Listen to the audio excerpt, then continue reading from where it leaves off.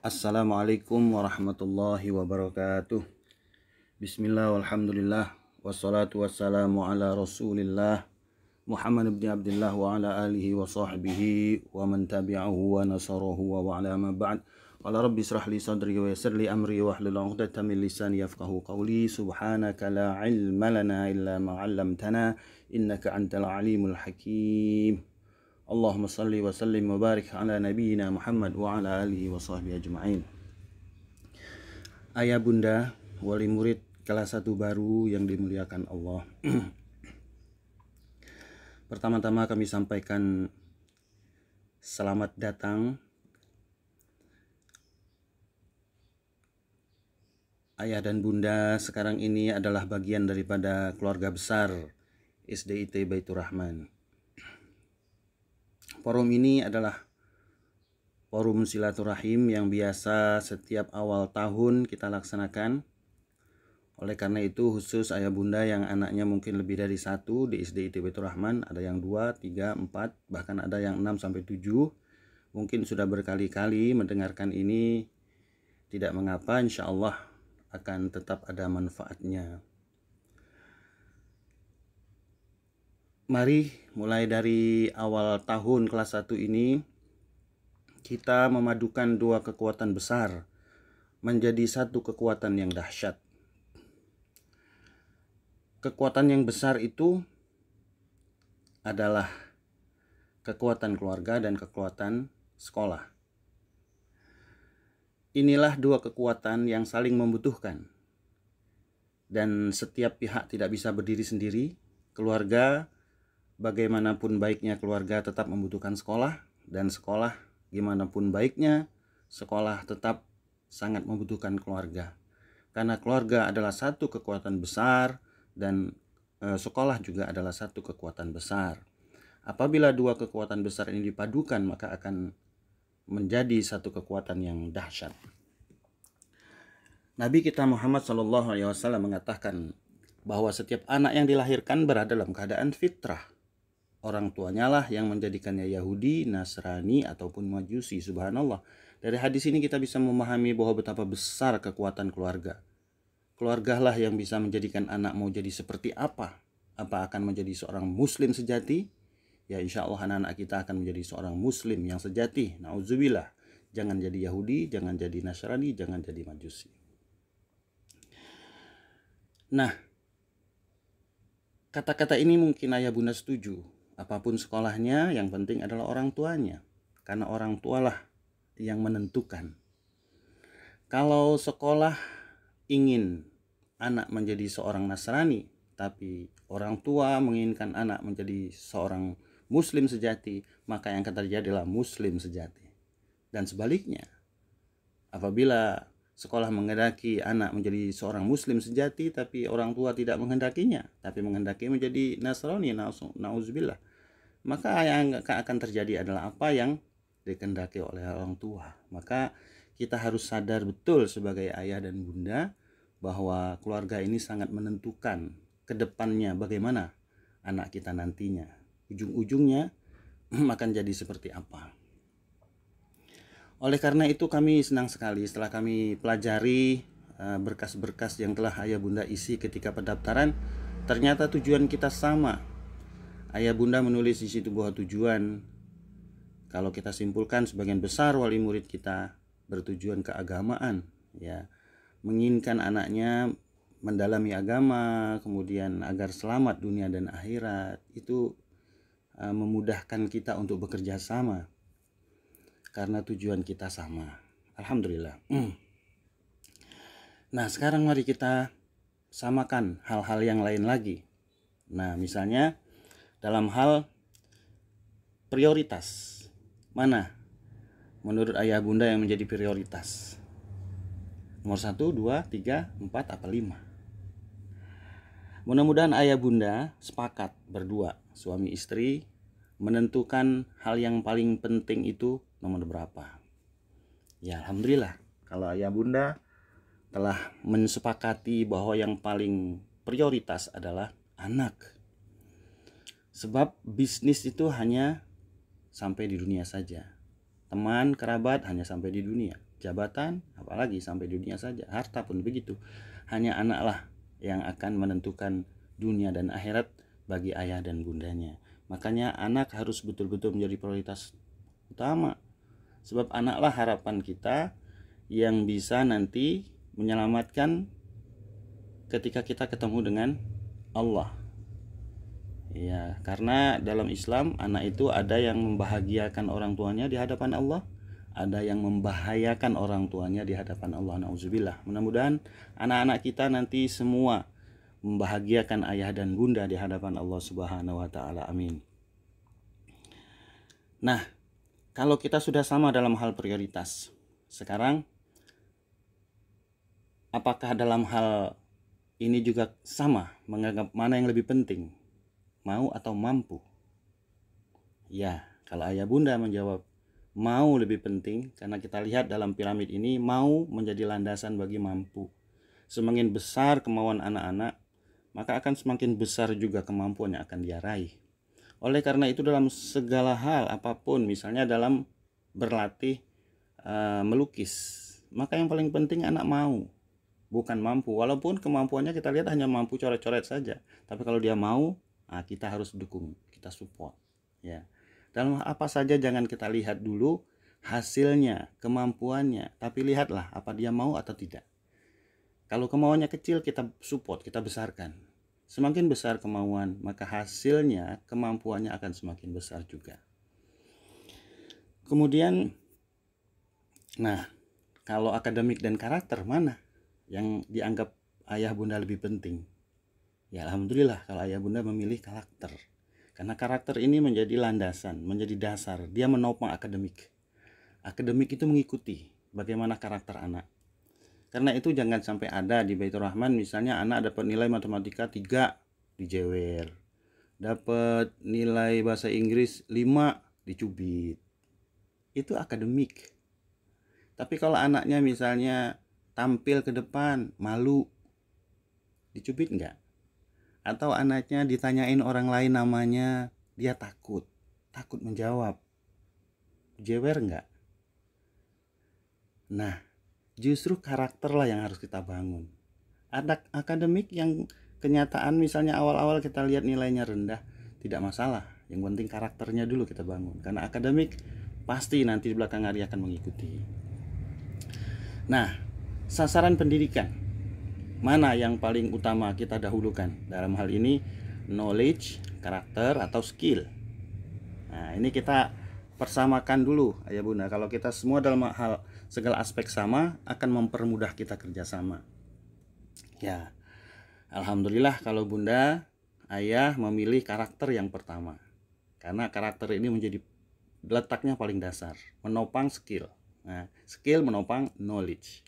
Jadi karakterlah yang kita harus bangun bersama-sama, baik di sekolah maupun di rumah. Kalau karakternya sudah terbangun, dia akan menopang skill. Skill yang baik akan menopang knowledge. Knowledge itu hanya bagian kecil di atas. Jangan dijadikan sasaran utama. Biasanya banyak orang tua senang kalau anaknya pintar matematika, pintar bahasa Inggris, pintar IPA, pintar segala macam, padahal tidak dilihat karakternya. Ya, karena sebagus apapun knowledge, kalau tidak ditopang oleh karakter dan skill yang baik, maka itu akan sia-sia. Ya, nanti kedepannya akan luntur karena dia rapuh, tidak kokoh. Ya, kita lanjut. Skill seperti apa yang akan kita bangun di Baitur Rahman? Minimal ada 3 skill utama. Pertama, keterampilan komunikasi. Nah, ini anak kita bagaimana mereka terampil berkomunikasi, mengungkapkan pikiran dan perasaan dengan bahasa yang lembut, dengan sikap yang santun. Ini komunikasi. Dia berani tampil, berani ketika ditanya orang, dia bisa menjawab dengan lantang, dengan bahasa yang sopan. Ini keterampilan komunikasi ini penting sekali. Kalau ada orang yang kelihatannya ganteng, cantik, tapi ketika ditanya dia tidak bisa mengungkapkan isi pikiran dan perasaannya dengan bahasa yang baik. Terlihat misalnya emosional, terlihat bahasa nada suaranya membentak-bentak. Atau sebaliknya, misalnya malah mengeluh, bahasanya sangat kurang sopan misalnya ya. Kita ingin anak kita berkata tegas, lantang, tapi tetap ada kesopanan, ada kelembutan. Ya, ada lemah lembut di situ ya. Mengungkapkan pikiran dan perasaannya dengan baik. Nah, itu keterampilan komunikasi. Ada keberanian. Ya. Tidak malu, tidak takut. Begitu juga terampil memanage diri. Ini penting sekali. Dari awal sejak dini kita latih anak kita untuk mampu memanage diri.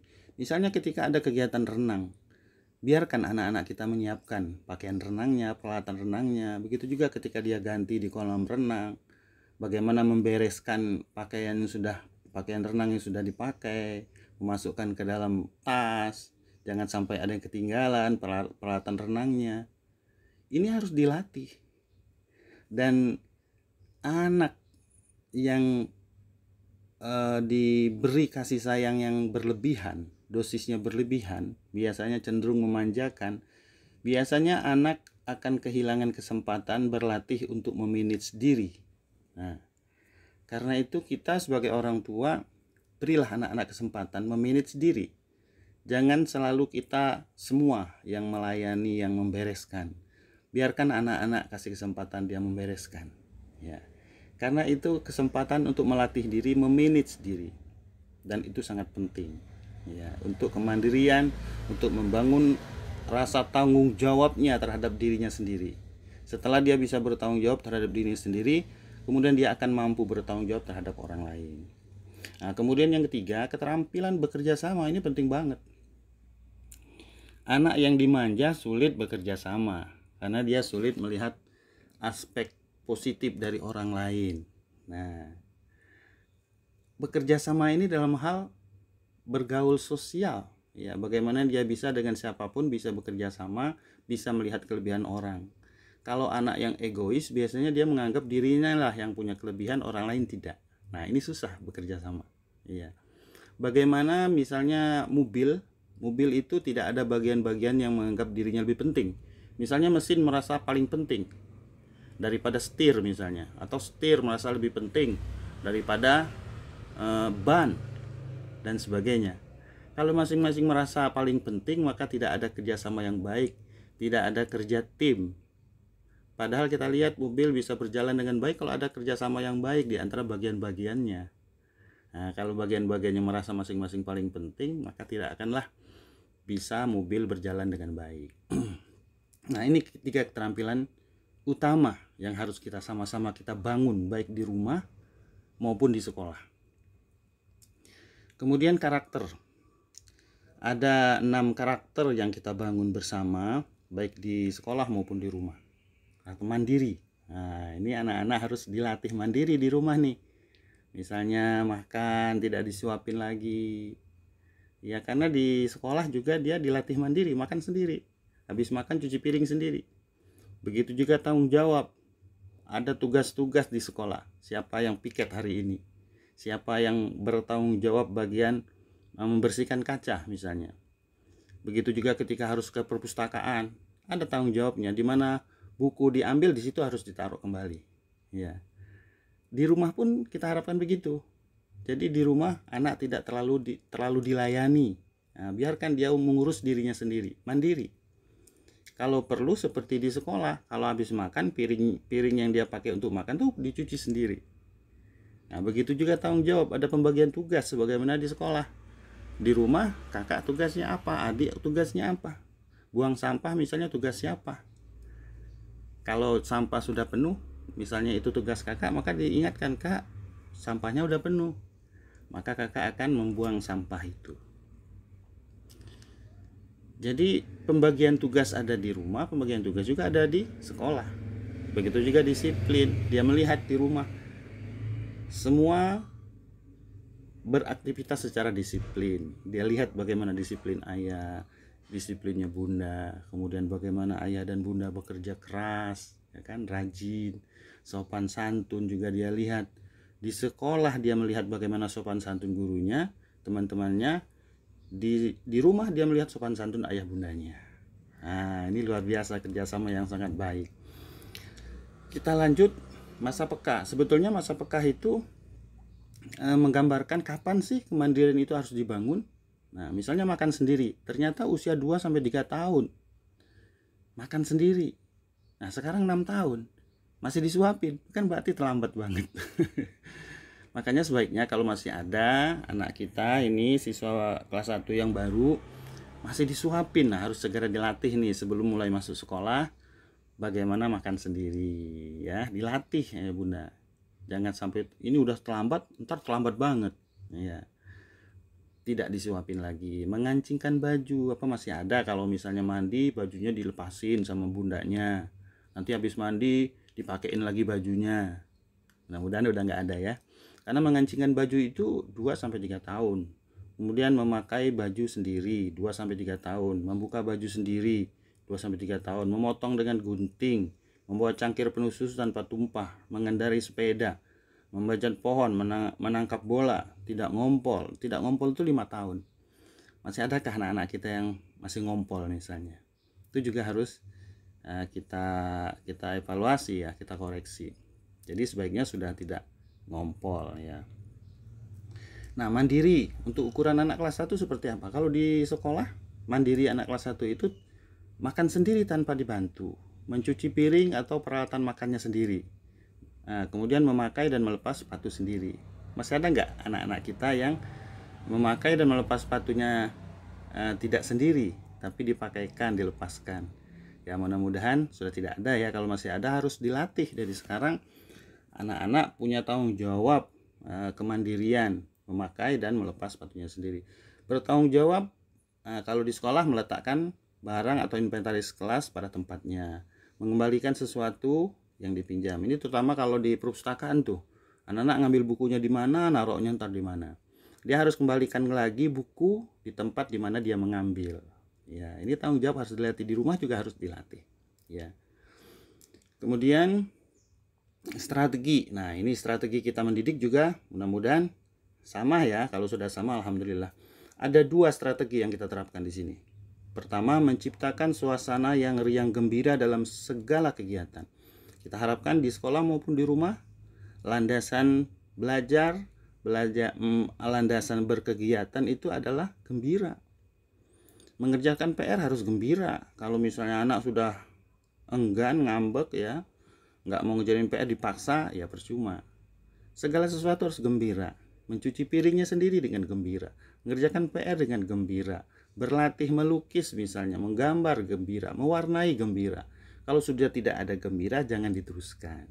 Nah, sebab di sekolah juga demikian. Semua kegiatan apapun di sekolah itu gembira, di kelas, di luar kelas, kegiatan pramuka, kegiatan apa saja, semua menggembirakan. Karena gembira itu adalah landasan anak untuk setelah mau dia mampu meraih sesuatu keterampilan. Yang kedua ini penting sekali nih, memadukan ikhtiar dan doa.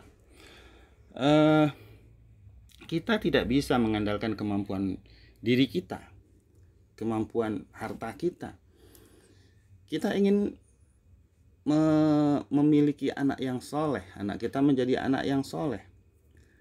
Lalu kita merasa mampu karena kita seorang profesor atau seorang doktor pendidikan, maka kita yakin anak kita pasti akan menjadi soleh.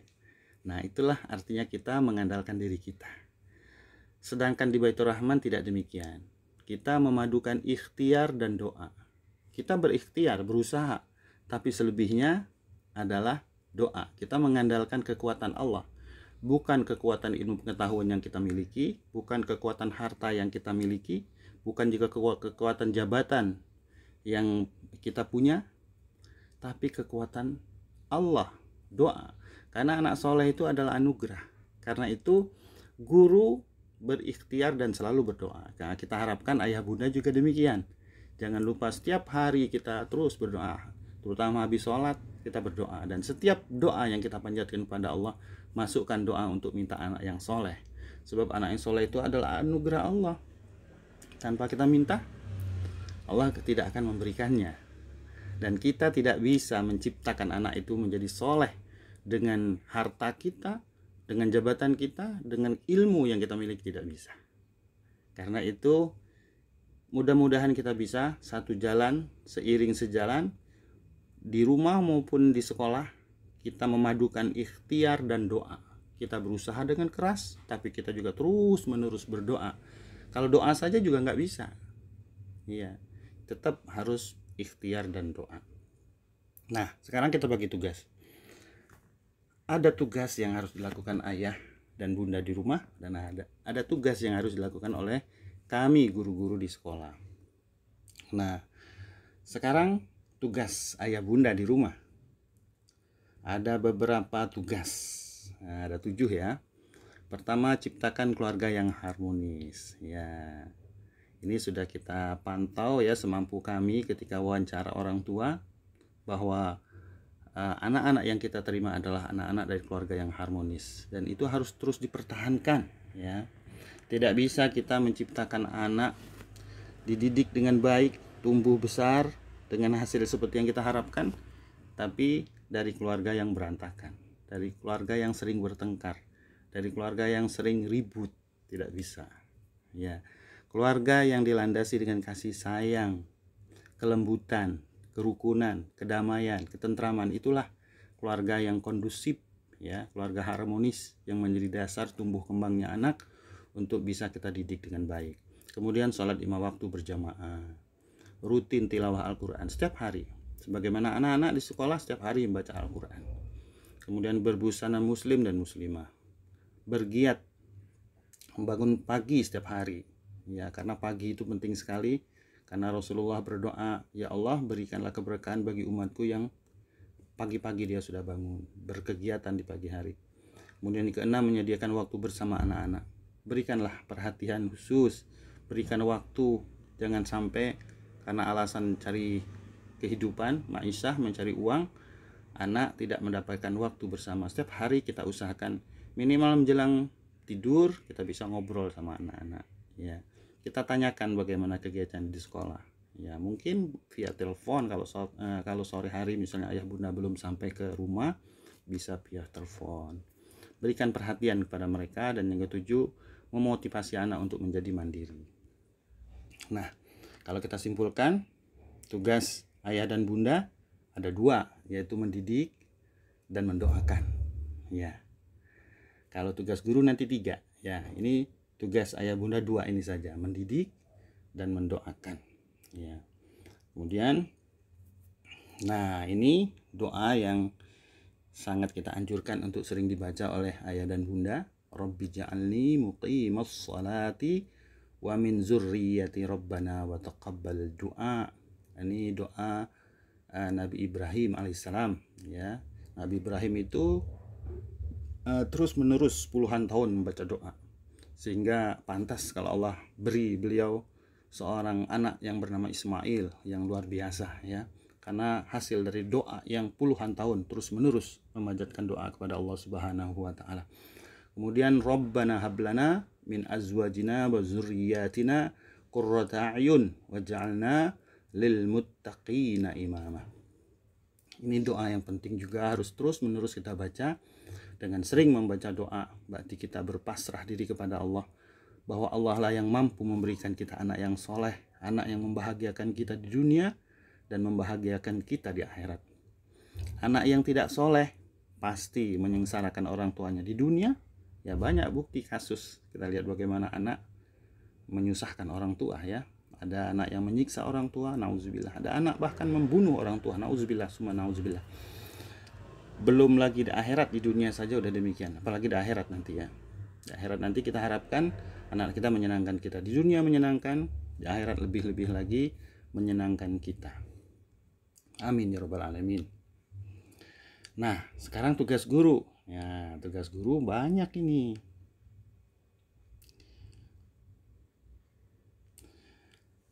Banyak sekali tugas guru kalau ayah bunda baca di sini ya.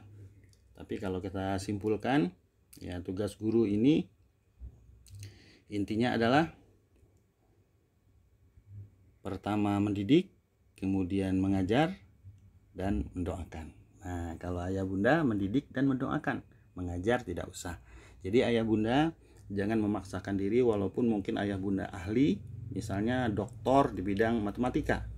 Nah, jangan tidak usah memaksakan diri mengajarin anak matematika di rumah, ya.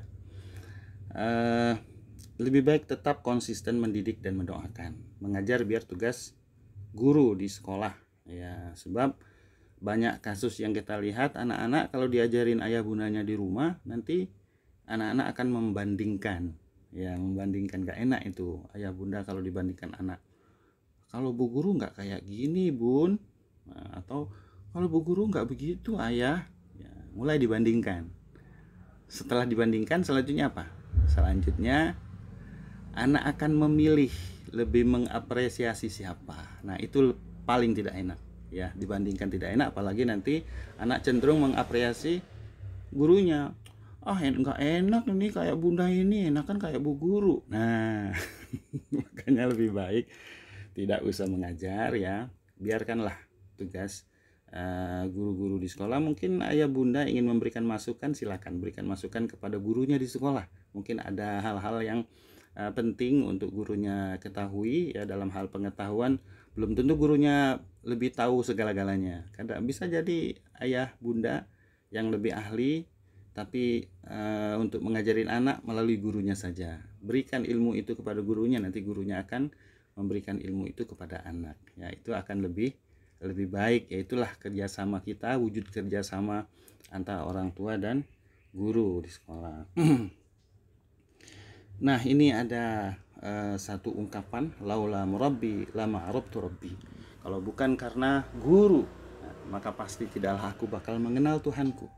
Ayah bunda yang melahirkan anak-anak kita, tapi guru-guru yang akan mengenalkannya kepada Tuhannya. Ya, ini suatu kerjasama yang subhanallah luar biasa, ya. Karena itu di sini penting sekali untuk saling menghargai. Jangan sampai guru menjelek-jelekkan ayah bunda di depan anak. Juga sebaliknya, jangan sampai ayah bunda mengungkapkan satu ungkapan yang merendahkan guru di hadapan anak-anak. Ya, anak-anak itu pasti mengagungkan ayah bunda, tapi mereka pun mengagungkan guru-gurunya.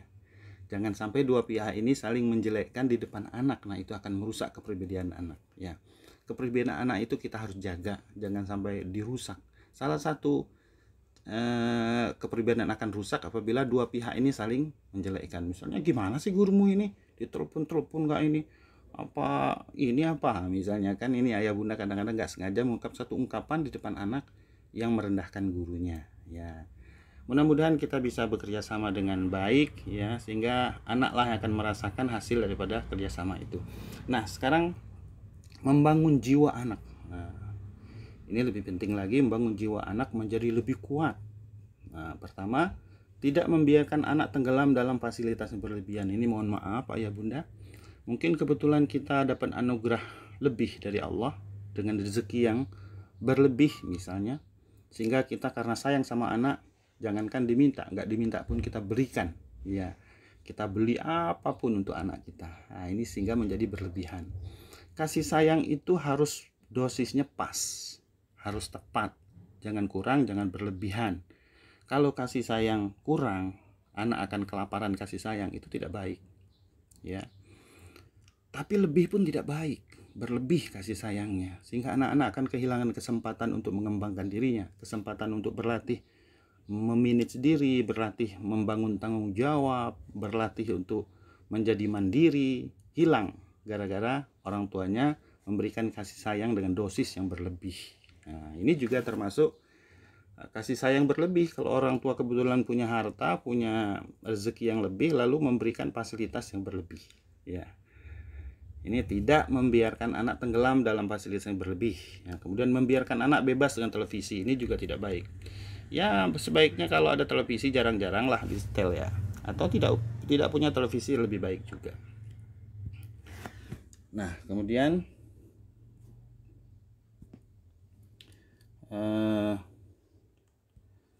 kita lanjut lagi. Membangun jiwa menjadi lebih kuat, yang selanjutnya tidak selalu menuruti semua kemauan atau keinginan anak, ya. Jadi anak juga jangan sampai dimanja, mau apapun dikasih. Setiap hari minta es campur kasih, minta somai kasih, minta bakso kasih, apapun diminta kasih, ya. Ini juga termasuk memanjakan, ya. Kemudian tidak membanding-bandingkan anak dengan orang lain. Membandingkan anak dengan kakak adiknya saja tidak boleh, apalagi dengan orang lain, ya. Dengan saudaranya sendiri nggak boleh, apalagi dengan orang lain. Jadi kata-katanya, kamu kok nggak kayak kakakmu misalnya, lihat dong kakakmu tuh hebat loh, makanya harus kamu tiru. Nah, itu membandingkan. Jangan sampai kita membandingkan anak kita dengan orang lain. Kita aja kalau dibandingkan nggak enak ya. Suami membandingkan istrinya dengan istri orang kan nggak enak. Begitu juga suami dibandingkan oleh istri dengan suami orang kan nggak enak juga. Memberikan hukuman yang mendidik jika anak melakukan kesalahan. Kalau anak melakukan kesalahan ya dihukum dengan hukuman yang mendidik, tidak berlebihan, ya.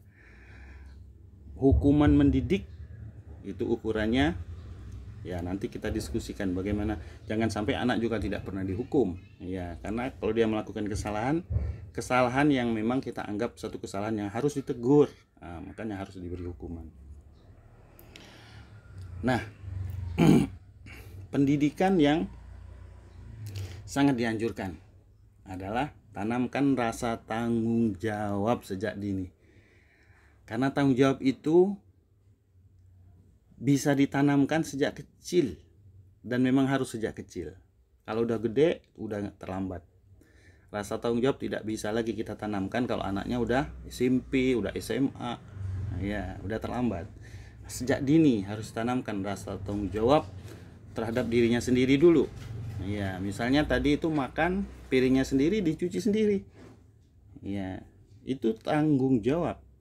Kalau dia udah terbiasa tanggung jawab terhadap dirinya, sepatu dilepas sendiri, pakai sendiri, ya kan, sepatunya sendiri, bajunya, kancingnya dilepas sendiri, pakai baju ya dipasang sendiri kancingnya.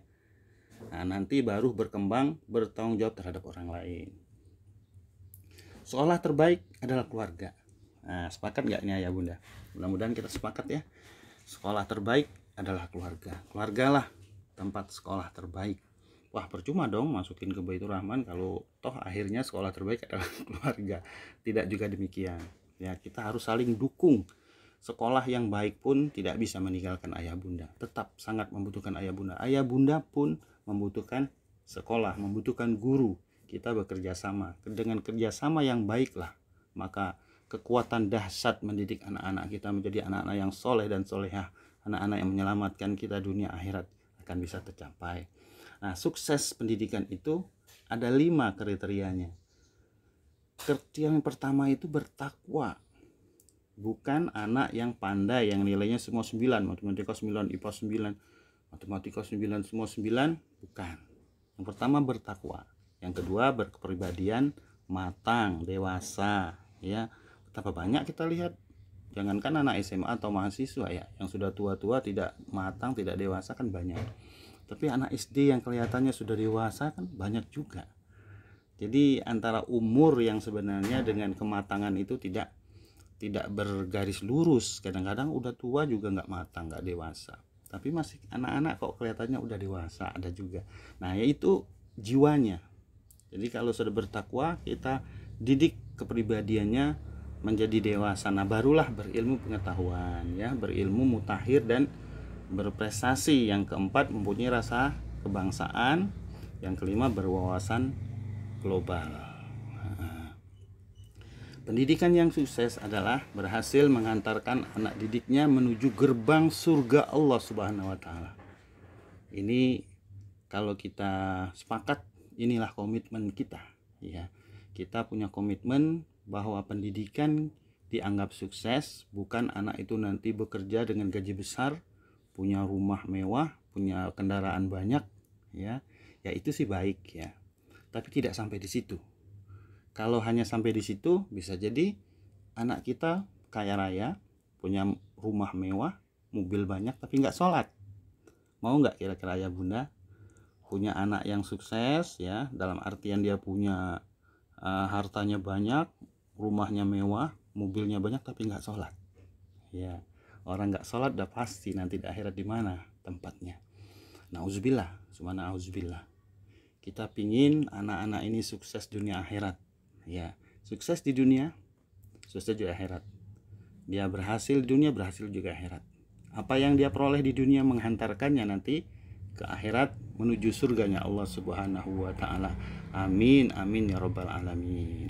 Demikian ayah bunda apa yang kita sampaikan, mudah-mudahan yang kita sampaikan ini bermanfaat. Terima kasih. Mohon maaf apabila ada kata-kata yang kurang pas.